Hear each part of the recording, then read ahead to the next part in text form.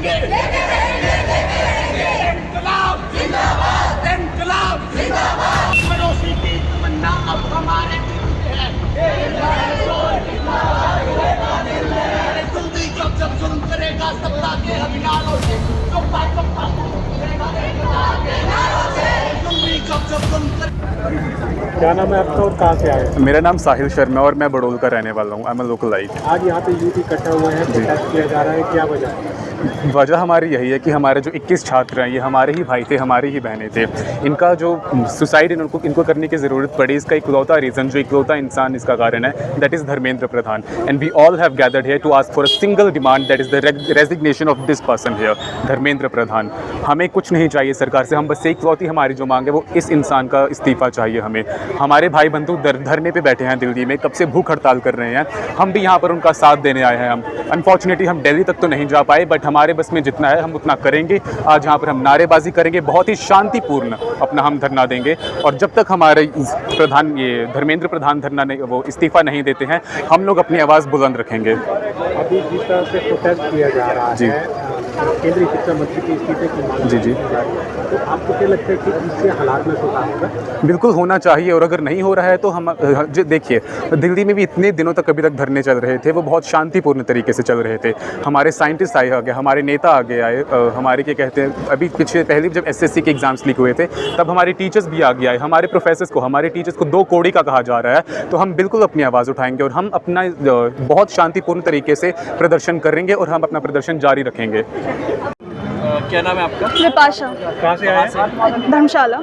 आज यहाँ पे प्रोटेस्ट किया जा रहा है, क्या वजह है? Education system, India's education system, the worst education system. मतलब इतना घटिया एजुकेशन सिस्टम करके रख दिया है ना हमारी सरकार ने इसको, कि बच्चे हर वक्त पेपर लीक की वजह से जूझ रहे। It's not because of NEET, it's like कि बहुत सारे पेपर लीक हो रहे हैं। पिछले साल भी हमने देखा कि SSC CGL का पेपर लीक हुआ, उसमें इधर उधर से मतलब ऑन द स्पॉट ही तुम उसका सेंटर बदल दे रहे हो बच्चे का। बच्चा कैसे जाएगा?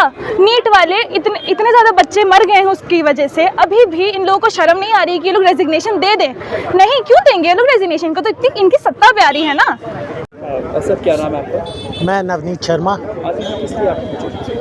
देखिए, शिक्षा अगर सवाल करना नहीं सिखाएगी तो क्या सिखाएगी? अध्यापक होकर हम सवाल करना सिखाते हैं, और अगर हम सवाल नहीं करेंगे, बतौर अभिभावक सवाल नहीं करेंगे, तो कौन सवाल करें?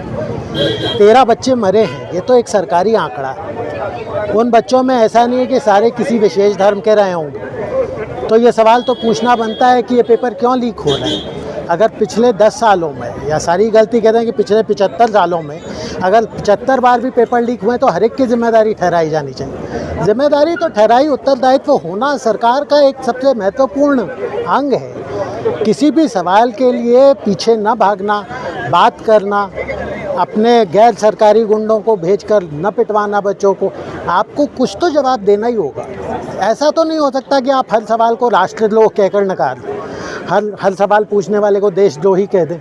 ऐसा नहीं सवाल कर सकते ना, आपको कुछ तो जवाब देना ही होगा। ये आप एक छोटा सा उत्तर सोचिए कि मान लीजिए जिसने नीट में पहली बार परीक्षा दी थी वो पास होने वाला था, उसकी तो कोई गलती नहीं थी, पेपर लीक हो गया। हो सकता है दोबारा की परीक्षा में वो ना पास हो रहा हो। और ये आपको बताएं कि हमेशा जो दूसरा प्रश्न पत्र बनता है वो पहले के मुकाबले ज़्यादा मुश्किल होता है। तो पहली बार जिनका पास हो रहा था उनकी क्या गलती? दूसरी बार पर्चा करा देने से ये कह देना कि हमारी जिम्मेदारी पूरी हो गई, वो नहीं होता। एक पर्चे के लिए एक बच्चे की, माँ बाप की, हम सब माँ बाप हैं, 10वीं का जब इम्तहान आता है लोग रिश्तेदारों के यहाँ जाना छोड़ देते हैं, लोगों को बुलाना छोड़ देते हैं बोर्ड की परीक्षा में। ये तो नीट जैसी बड़ी परीक्षा जिसमें 22 लाख बच्चे बैठते हैं, उन 22 लाख बच्चों के प्रति सबकी जिम्मेदारी है। मुझे लगता है सबको जवाब देना होगा। आपको क्या लगता है कि इस तरह से धरना प्रदर्शन करने से भविष्य में इस तरह की प्रॉब्लम नहीं आएगी अगर धर्मेंद्र प्रधान इस्तीफा दे देते? नहीं, देखिए, भविष्य में क्या प्रॉब्लम आएगी या नहीं आएगी ये बात तो तब उठे ना जब सरकार आपसे बात करने को तैयार हो। ये धरना प्रदर्शन किस लिए किया जाता है? इसीलिए किया जाता है ना कि हम अपना एक पक्ष रखना चाहते हैं। आप अगर उनका पक्ष ही नहीं सुनेंगे तो आप किस तरह से उम्मीद करते हैं कि आप नहीं करें? पक्ष रखना नहीं रखना ये तो सविनय अवज्ञा गांधी ने भी की थी। सिविल डिसोबीडियंस मूवमेंट तो गांधी ने भी चलाया था। सवाल पूछने का नैतिक अधिकार, मौलिक अधिकार सबके पास है। वो पूछ रहे हैं, शांतिपूर्ण तरीके से पूछें, क्यों नहीं बात करते।